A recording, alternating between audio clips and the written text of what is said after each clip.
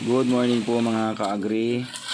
For today's video ay gagawa po kami ng ng kabitan ng aming box ng piso wifi. Kasi dito sa bukid, sa tuktok ng bundok ay nagagalaw kasi itong box na itong kulay puti na ito. Nagagalaw pag umaakyat dyan sa tower na yan. Ayan, kung makikita ninyo, ito yung tower namin na doon sa kataasan yan. Pag once po nagkasira ay umaakyat dyan, nagagalaw yung box na yan puti. Kaya ang gagawin namin dyan sa hinuhukay na yan ay maglalagay kami ng panibagong lagayan ng box. At ito naman yung aming solar panel. Ayan, dito naman sa lugar na ay makikita niyo yung talian ng aming tower. Ang tinatawag yan ay bagting. Yan, para hindi gumalaw yung tower at hindi tumumba. Yan yun. Yan, napakadami niyan, mga 80 tali bawat isang side. Yan, paparo sa taas. Ayan, kitang-kita mo yung dito, lugar na ito, yung mga naguhukay na yan, oh. At dito sa tabi may papaya kaming nakitang malalaki. Ayan. Ayan, nandito si Uber, nagataba sa tabi. Yan, yung ikakabit namin, yung bubong na yun ng tricycle na sira. Yan yung ikakabit namin dyan sa hinuhukay na yan para magiging silbi tuloy ng bubong noong box na namin na ikakabit. Kasama ko rin yung mga aking mga alagang aso. Ayan, si Ting Tang Toy, kasama ko yan. At hindi ay nagpapaiwan kahit saan kami pumunta. Ayan. Kamahalan. Yan yung aking pinaka-baby. Ay, kamahalan talaga yan. Aso. Ayun, nakita naman ninyo, kasama rin namin yung aming isang aso. Bali apat ang kasama namin.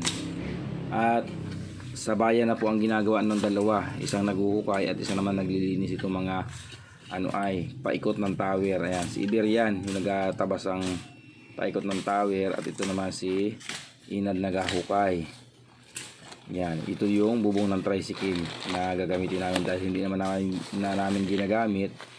Ay siya aming ilalagay dito. Ayan, nakikita ninyo itong aking battery. Yan, 150 watts yan, yung solar na yan, oh. Kita nyo, 12 volts yan, 150 watts. Ayan, may dala rin kaming tubig para doon sa hinalo namin siminto at buhangin. Ayan, si Iber, busy sa pagtatabas. Yan, ito naman si Inad. At tinatanong niya kung ayos na raw yung hukay na yan. Sabi ko naman, ayos na, pero maya pinahukayan ulit at medyo kulang pala sa butas dahil kinakailangan medyo malalim yung butas, medyo malaki para kumabit yung mga batong ihulog namin at saka yung siminto na may halong buhangin. Yan, pinalakihan ko ng kaunti para matibay talaga siya.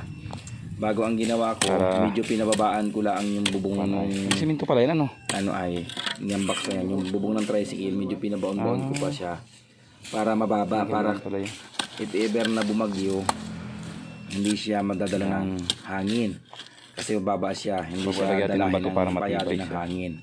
Kaya sabi ko medyo babaan, kung gagawa kami edi nakaupo na lang. At saka mayroon na kaming silungan tuloy-tuloy pagka makaputol kasi niyan, lalagyan sa ilalim pwede mong silungan habang nagagawa yan. Dahil dito sa box na ito ay lagi kami nawawala ng internet once kasi na may bumagsak na palapa ng niyog dun sa pinakang bagting. May bumagsak, nahawakan, nagagalaw yung tower at the same time pati yung box ay nagagalaw. Ay siyempre pag electronics once nagalaw yun, umangat ng konti, mawawala na siya ng internet. Kaya naisip ko na wag na ikabit dito sa poste, ilayo na lang siya, ilayo na lang ng konti yung yung pag umakyat ka doon sa tower, hindi gagalaw yung box. Kasi dati ito magkakasama. Yung battery at saka yung box magkakasama na nakadikit sa poste. Kaso pag nagdagdag kami ng antena o kaya ay nagbawas o kaya ay may ginagawa, nagagalaw siya. Kaya nagiging problema, nadami tuloy ang problema. Ayun, nag-decide na ako na ilipat na lang siya. At yun nga, ito lang ginagawa namin ito. Diyan na namin ilalagay yan para hindi siya nagagalaw. Pag umakyat kami doon sa tower, hindi magagalaw yung battery lang pero hindi man nagiging problema yung battery niya pag nagagalaw kasi nakatali yan ng husto. At ito na nga, nilagyan namin ng bato yung ilalim para matibay siya. Yan, dapat kasi may mga bato rin sa simento, may mga bato rin siya para mas matibay at mas minus pa sa simento at buhangin. Dahil dito'y napakalayo, napakahirap magdala ng buhangin at saka simento. Dahil ito'y puro paahon at yan mula doon sa babang yun hanggang dito sa taas na ito ay puro paahon lahat. Kaya napakahirap mag-akyat ng buhangin at saka simento. At ang tubig din napakahirap. Kailangan mo pang ikarga ng patuloy mo lang tapos na yan, ayos na. Ayan, dito kami dumadaan sa tinatabasan na ito ni Oliver.